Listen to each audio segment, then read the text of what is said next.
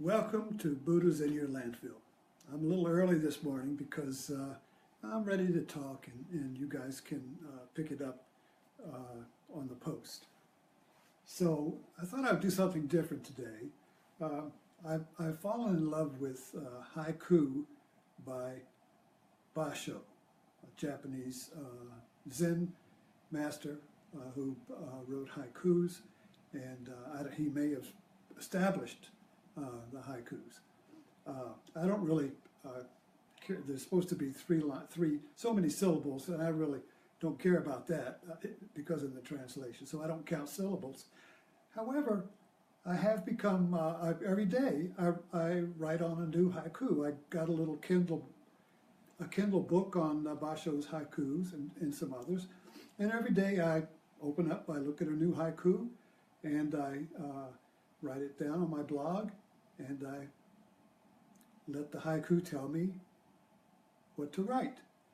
So I have really been finding these little Zen snapshots of reality that are like frozen dewdrops of a moment that Basho or the poet felt 1,000 years ago, and captured, froze that little dewdrop of experience or that moment in a poem, and then when we look at it, we can either see it's an interesting poem, or we can actually melt the poem.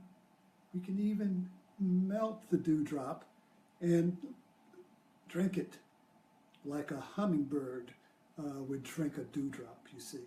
So these are frozen drops of, I'll say Zen, that are kept in time for us to nourish our soul from. So the first haiku that really caught my attention, that I have seen many times, that I really actually dove into, was the famous one, the Old Pond. A frog jumps in, plop. And the reason this caught my imagination was I have a little pond. It's got two levels, a lower and upper, and a pump sends the water to the upper, and it goes down a stream to the lower, and it circulates around. And I have some koi in there now that are this big, that have been there since the pond was built. They were my first koi, like that. I always know now that if I run out of money, I can always eat the koi. So they do in their carp. So is it okay? Yeah. All right. My wife was just checking to see that the camera was actually photographing me instead of the back of the room like it did the other day. So hopefully I won't repeat that mistake. Okay, so we're looking at this, excuse me, we're looking at these three lines: the old pond, a frog jumps in, plop. And getting back to the pond, that what I was going to say was that that year that the pond was established, a frog, a large bullfrog appeared, and it would sit in the Buddha cup. I have a little Buddha about this big, and it would sit in the cup, Buddha's cup, and just sit there, and I would come up and take a picture of it, and it would not jump in the water. Every other frog that's come, don't ask me where frogs come from, but every other frog that's come would immediately jump, plop, into the pond. So, but this one was a real Buddha frog. It never came back, but no frog has ever gotten in there again. So, that being aside, so this little haiku, and by the way, I call what I write being high on ku. Okay, so we're going to get high on ku.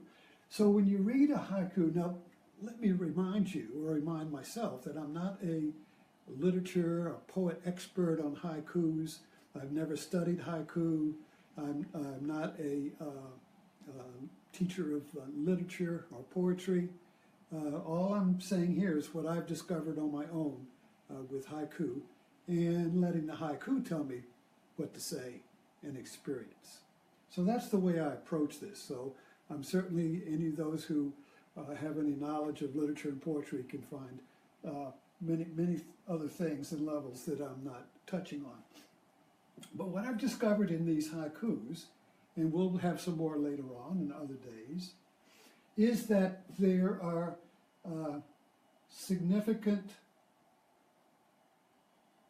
words that the poet uses to describe this objective nature subjectively. So the haiku is bringing the objective, factual world, like a pond, together with a subjective world of feeling. And he's putting these two worlds together as one. So the old pond, a frog jumps in.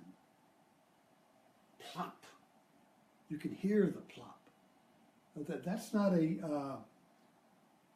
noun. You don't see plops running around. You don't see a plop, you see. So a plop is a sound. Okay, that's you're hearing. You have to hear this sound. A plop can't be measured on a scope. You see, it's not an audio vibration. It's a sound that has a subjective value to it. Plop. So the old pond. So what is the old pond? He didn't say just the pond, or he didn't say or it didn't describe it somewhere, but it's aged. It's an old pond. So this old is a subjective. We age. We know old. Nature doesn't know it. Nature has no there's nothing old or new in nature. There's just nature. There's just this. It's not old or new. However, this pond is old. And then we can imagine the frog sitting there, stationary, still, and we wonder, is he going to jump in? Is he going to sit there? What causes him to jump in? Suddenly, the frog jumps, plop, and disappears. Does he jump into the old pond, or is he jumping into some other pond? And the jump, you see, this is a static here. The old pond is static. It's old, and this is a noun. And the frog jumps in. This is a verb. Action. And it creates just this.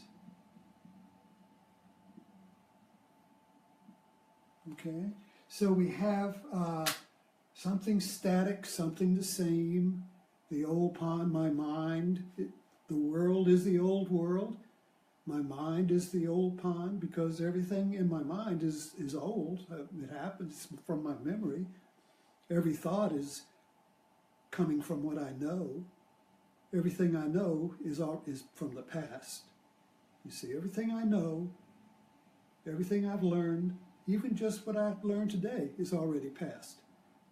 Everything, this moment is a moving edge, and everything on the behind of this moment is old, even though just what I said a few minutes ago is old, you see. So I'm always on this edge. I'm always on this point right here of action. So the present moment is always this action of the frog jumping in. And when you leap from the old pond, when you leap from the past into the now, okay, it is going to be just this, plop. So this present moment is always, when you leap into it, when you just jump into it, it's going to be plop. And there's no reference. Plop has no reference to the past. Plop has no reference to the known. Plop has no reference to religion or theology or philosophy or politics or my past or my personality. Plop is just this right now. So the poem is really saying or describing or telling us, I like telling us, instructing us to just jump out of the old pond, just jump out of what we know into this moment, which is what we don't know. Just jump into it like a frog, just plop. So the frog does not jump to gain something. The frog does not jump to leave something. There's no gaining idea in the frog's jump. The frog just jumps. Plop, you see. The jumping and the plopping is the same. And this is a metaphor for us leaping into the moment like kids leaping off of a dock into the water. That idea of just jumping into the moment, shedding our clothes of the old pond, leaving our knowledge and leaving our opinions and leaving our beliefs and leaving everything, leaving the old pond and just leaping into the moment, plop, you see.